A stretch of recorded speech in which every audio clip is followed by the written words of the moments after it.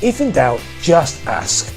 When you start on your house hunt, it can be very, very overwhelming. There are loads of words, phrases, acronyms, and you aren't going to understand any of them, and that's absolutely fine. If something is unclear, ask the estate agent to explain.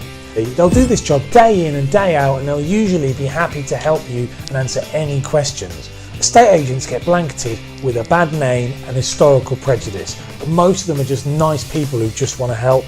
And if they can't help you, they may be able to point you in the direction of somebody who can. A great mortgage advisor is your best friend. Having somebody experienced in your corner can make your life a whole lot easier. A great mortgage advisor should be your expert on speed dial for all property matters. Mortgage deals are a minefield nowadays, and depending on your deposit, your loan to value, there are various fees and term length.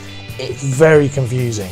Find an expert in this field who knows what they're talking about. Some of them will go as far as helping you negotiate on properties, so make sure when you talk to your advisor, you ask them what other services do they offer. Location, location, location. Finding your dream home is going to be the main goal throughout the whole process. However, you must remember there are other factors to consider.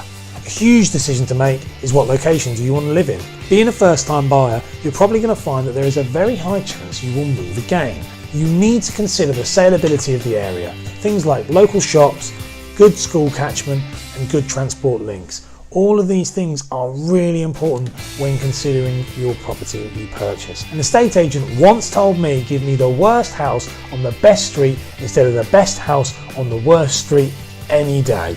You can always change the house, but you can never change the location. So your dream home is a 3-bed detached, large garden, off-road parking, garage and walking distance to the station. Absolutely brilliant. That home does exist. However, there's a very high chance it isn't going to exist in your price range. Be prepared to compromise. Go out and view lots of properties. As you go and view these properties, you'll start to discover what things you like and what things you don't like. Once you've got a feel for what you do and don't like, write a list. And I would prioritize from 1 to 3 of the most important, least important. This way, you know that number 1 non-negotiable. If the property doesn't have that specific feature, you won't buy it. If you do this, you will find a property that suits your needs instead of chasing after a unicorn. 3-step offer plan. This one is a biggie. Once you've found the property and you want to make an offer, I would recommend you do a 3-step offer plan. Work out the maximum you're willing to pay for this property and then work back 2 offers. For example, if the property is on the market for $300,000, your 3-step offer plan would look something like this. By setting this out on paper from the beginning, you don't allow your emotions to get the better of you whilst you're negotiating. Offers agreed, brilliant, but you're a first-time buyer, so now you need to be patient. Your responsibility is applying for a mortgage and instructing solicitors. Once this is done, I would sit back, wait, and let the chain do its thing. People say the average house sale takes 3 months to completion, but this can be much shorter or much longer, depending on the situation. Check in with your solicitors once a week to see how everything's going, but always remember a lot of this is outside of your control.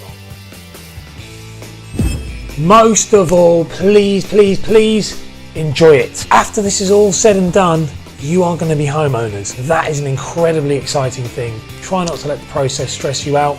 It's not worth it. If you have any other questions, please leave it in the comments below and I'll answer them. Thank you very much for my 7 first-time buyer tips.